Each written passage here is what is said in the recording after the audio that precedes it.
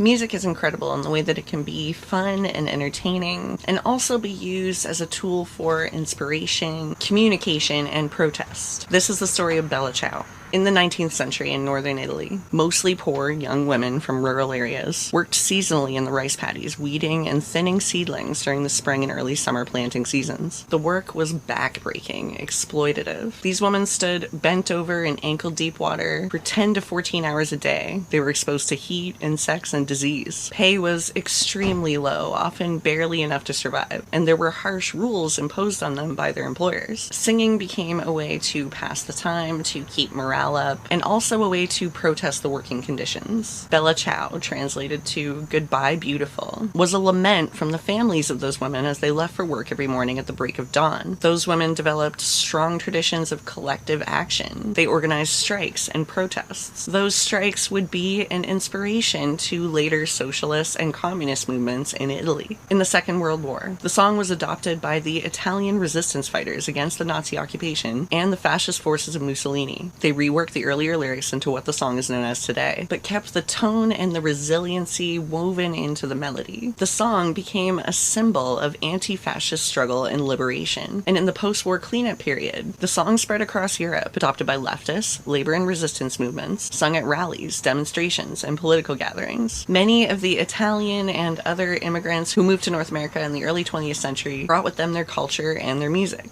and Bella Ciao spread even further. The meaning could be altered slightly to work with any culture or movement that took it on, always carrying the same emotional core: struggle, sacrifice, and hope for freedom from oppression. Bella Ciao has been translated into dozens of languages and sung by movements worldwide, from Kurdish resistance fighters to Chilean protesters, Turkish demonstrators, and even climate activists. The song, when sung today around the world, as various cultures face new modern threats of tyranny, continues to reflect the living tradition of protest that has shifted meaning across centuries, but has always carried the spirit of resistance.